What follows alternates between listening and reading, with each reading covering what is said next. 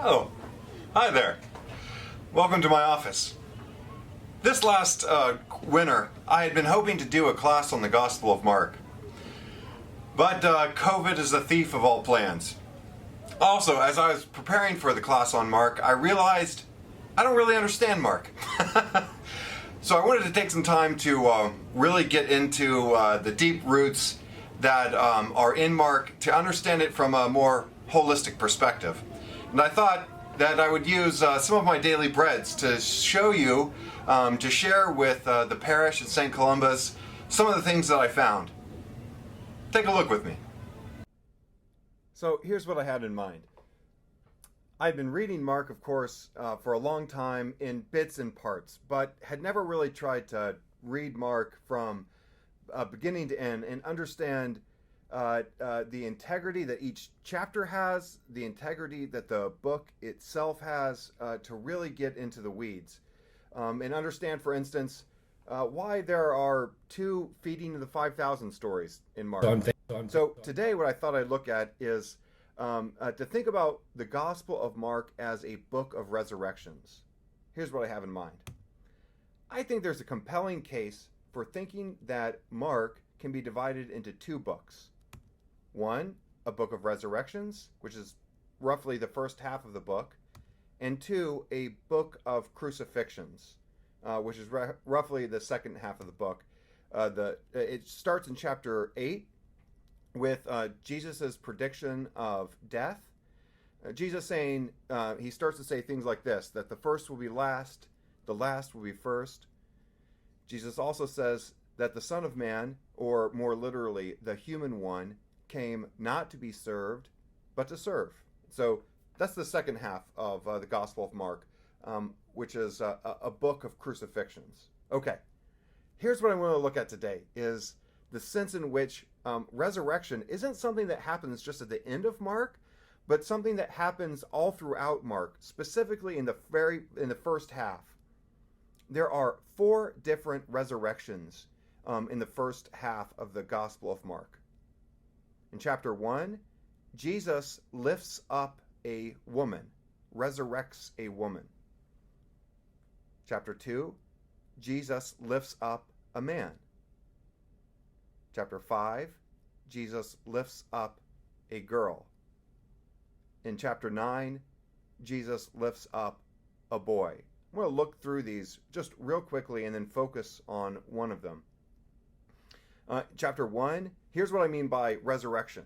The imagery here is literally to lift up, as both Jesus was lifted up on the cross, lifted up from the grave, and then in other Gospels, lifted into heaven. So they're at Simon and Andrew's house. Simon's mother-in-law is in bed with a bad fever. Jesus comes up, takes her by the hand, and lifts her up. I've got a picture. This is actually from a later story. For those of you listening on the podcast, you can't see this, but this is Julius Schooner von Carolsfield's depiction of another resurrection. But what's interesting about this picture is it's preserved in a lot of icons of Jesus at the resurrection, lifting people out of death, or the gates of hell, or in this case, lifting them up out of illness. Mark chapter 2. Now this is the man who was brought down on a stretcher through the roof of a house. Jesus says, I say to you, stand up, take your mat, and go home. Jesus lifting him up. And Mark chapter 5, this is what Carolsfield's depiction is of. This is, I'll point out a couple things here from Mark chapter 5. This is Jairus' daughter. Jairus was a leader of the synagogue. And when Jesus finally gets to his house, they say, don't worry, she's dead. Jesus says, she's not dead, she's sleeping. And then he says, Talitha cum, Talitha cum, which means literally, little girl, get up. Then finally, in Mark chapter 9, I'm just going to read this whole thing. When Jesus saw that a crowd came running together, he rebuked the unclean spirit, saying to it, Your spirit that keeps this boy from speaking and hearing, I command you, come out of him, and never enter him again.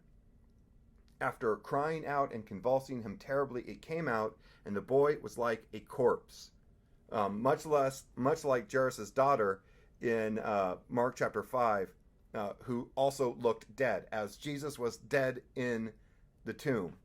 So he looked like a corpse, so that most of them said, he is dead. But Jesus took him by the hand and lifted him up, and he was able to stand. Then there's a really interesting final description there that we won't get into about the disciples trying to ask why they couldn't perform this miracle. Jesus says to them, you don't understand the nature of prayer yet, but that's for another daily bread. So here's what I mean. As I was looking at the entire Gospel of Mark, what I saw for the very first time is that resurrection isn't something that happens only at the end with Jesus. It's something that was interwoven in Jesus' entire ministry from the very first chapter. Jesus resurrecting people. Who are the people that Jesus is resurrecting? The people who had been oppressed by religious systems, the people who'd been outcast from their towns, the people who were sick and poor. Jesus is literally bringing these people back into the community and back into the arms of God. Okay, that's my first attempt. I'm going to do several more of these, of things that I have discovered in my deep dive of Mark. I hope you all have a wonderful day, and we'll talk again soon. Please send me an email. Let me know what you think. Always love hearing from you. Seriously, I love every time I get a message from the ether. All right, Christ peace, everybody. Bye-bye.